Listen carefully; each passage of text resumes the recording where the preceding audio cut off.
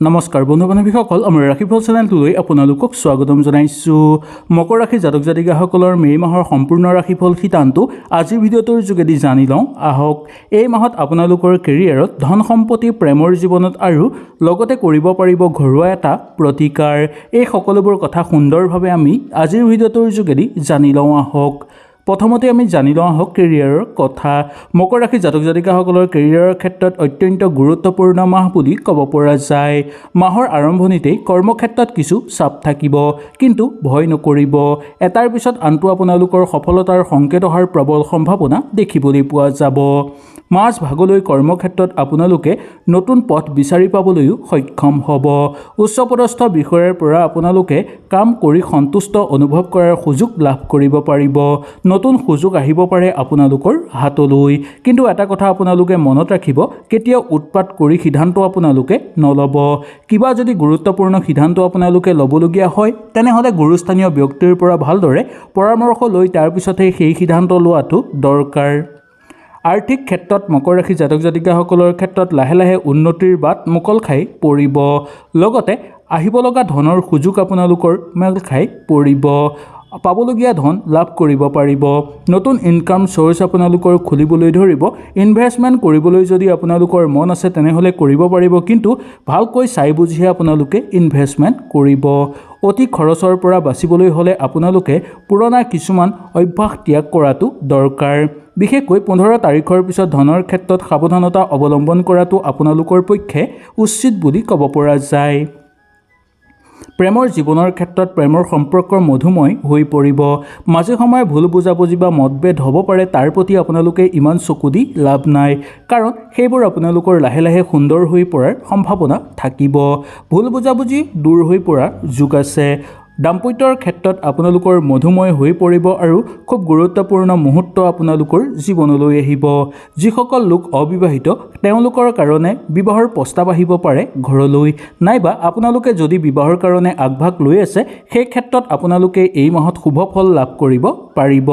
কিন্তু এটা কথা আপোনালোকে লক্ষ্য ৰাখিব লাগিব যে যি কাম আপোনালোকে কৰিব, প্ৰেমৰ ক্ষেত্ৰতেই হওক বা দাম্পত্যৰ ক্ষেত্ৰতেই হওক, নিস্বাৰ্থভাৱে কৰিব। কেতিয়াও আপোনালোকে বেছি টান ৰাখি সেই কাম কৰিবলৈ চেষ্টা নকৰিব। এই মাহটো মকৰ ৰাশি জাতক জাতিকাসকলৰ কাৰণে খুব মাংগলিক শুভ বুলি ক'ব পৰা যায়। ঘৰত যদি কোনো মাংগলিক অনুষ্ঠান অনুষ্ঠিত কৰিব বিচাৰে তেনে ক্ষেত্ৰতো আপোনালোকে সুন্দৰভাৱে পাৰিব। একে সময়তে সুখ আৰু চাপ দুয়োটাই আপোনালোকে অনুভৱ কৰিব পাৰিব। নিজৰ একো আপোনালোকৰ নাথাকিলেও সকলোৰে পৰা আপোনালোকে এই মাহত সহায় সহযোগিতা লাভ কৰিব পাৰিব। এই সময়খিনিত আপোনালোকে যদি অকণমান সময় মেডিটেশ্যন কৰিব পাৰে, পজিটিভ মানুহৰ সৈতে কথা বতৰা পাতিব পাৰে আৰু নিগেটিভ চিন্তা যদি এৰি চলিব পাৰে, তেনেহ'লে গোটেই মাহটো আপোনালোকৰ অনুকূলতাৰ মাজেৰে পাৰ হোৱা দেখিবলৈ পোৱা যাব। স্বাস্থ্যৰ ক্ষেত্ৰত আপোনালোকৰ অনুকূল প্ৰভাৱ দেখিবলৈ পোৱা যাব। আগৰ তুলনাত আপোনালোকৰ স্বাস্থ্য ভাল হৈ পৰিব, লগতে পিতৃ মাতৃৰ স্বাস্থ্যও উন্নত হৈ পৰাৰ যোগ দেখিবলৈ পোৱা যাব। মাথো অকণমান টাইম আপোনালোকে শুবলৈ চেষ্টা কৰিব বা অকণমান টাইম উলিয়াই আপোনালোকে টোপনিটো পূৰ কৰিবলৈ চেষ্টা কৰিব। নিয়মিতভাৱে ব্যায়াম কৰিলে আপোনালোকৰ মংগল হ'ব আৰু লগতে য়োগা কৰিব পাৰিলে আপোনালোকৰ কাৰণে বিশেষ ভাল হ'ব। এতিয়া আমি জানি লওঁ আহক এই মাহৰ গোপন উপায়টোৰ কথা। যি উপায়টো আপোনালোকে কৰিলে আপোনালোকৰ ভাগ্য উদয় হৈ পৰিব। প্ৰতিদিনে ৰাতিপুৱা আপোনালোকে এগিলাচ পানী খাব। গুণগুণীয়া পানী খোৱাটো উচিত বুলি ক'ব পৰা যায়, বা কুহুমলীয়া গৰম পানী আপোনালোকে ৰাতিপুৱা এগিলাচ খাব আৰু শনিদেৱক মনত ৰাখি বা মনক স্মৰণ কৰি আপোনালোকে প্ৰাৰ্থনা কৰক। এনে কৰিলে আপোনালোকৰ ভাগ্য লাহে লাহে উন্নতিৰ শিখৰত যোৱা দেখিবলৈ পোৱা যাব। সামাজিক ক্ষেত্ৰত আপোনালোকৰ খ্যাতি বৃদ্ধি পাবলৈ ধৰিব। বন্ধুবৰ্গৰ লগত থাকোঁতে বন্ধুৰ সংখ্যা বৃদ্ধি পাবলৈ ধৰিব।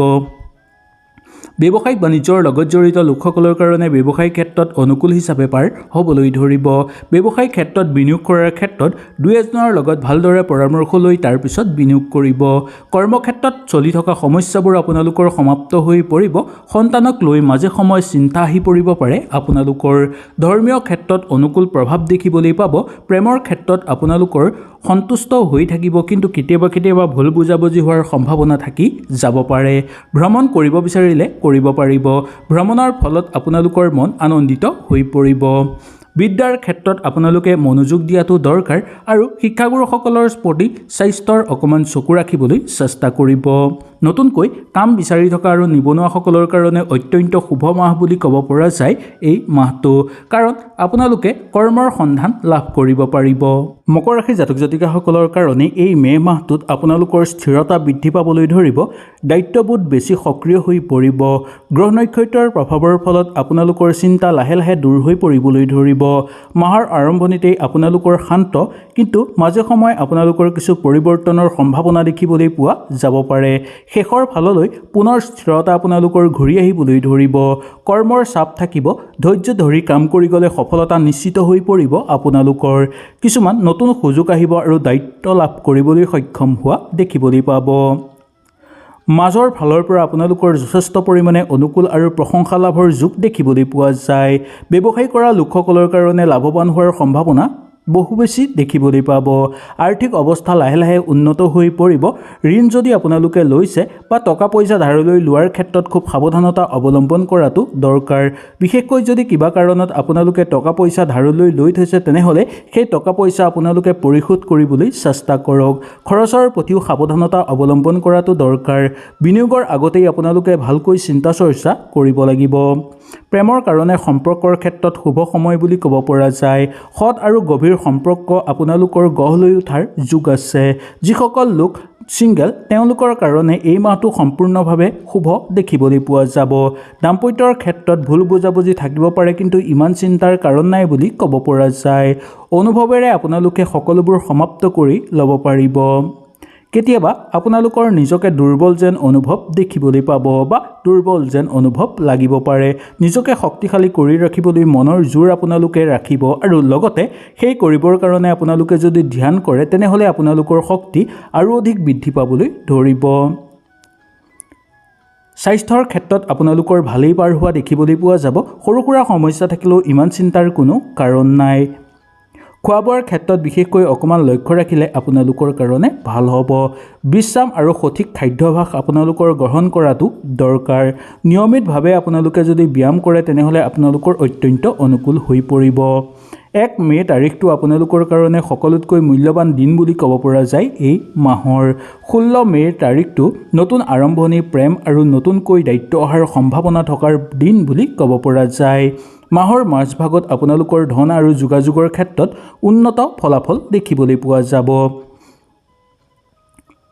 আপোনালোকৰ যদি মানসিক চাপ থাকে তেনেহ'লে আপোনালোকে অকণমান টাইম নিজকে সময় দিবলৈ চেষ্টা কৰিব আৰু ধ্যান কৰিবলৈ চেষ্টা কৰিব। আৱেগত গৈ কোনো সিদ্ধান্ত আপোনালোকে নল'ব। অতি বিশ্ৰাম নকৰিলেও অকণমান টাইম আপোনালোকে বিশ্ৰাম কৰিবলৈ চেষ্টা কৰিব।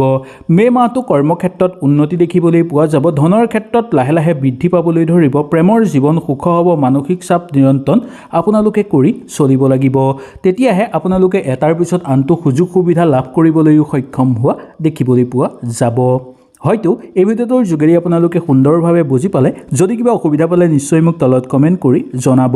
তেনেহ'লে আজিলৈ আপোনালোকৰ ওচৰৰ পৰা বিদায় লৈছোঁ। কালিলৈ পুনৰ আপোনালোকক লগ পোৱাৰ প্ৰতিশ্ৰুতিৰে আজিলৈ নমস্কাৰ।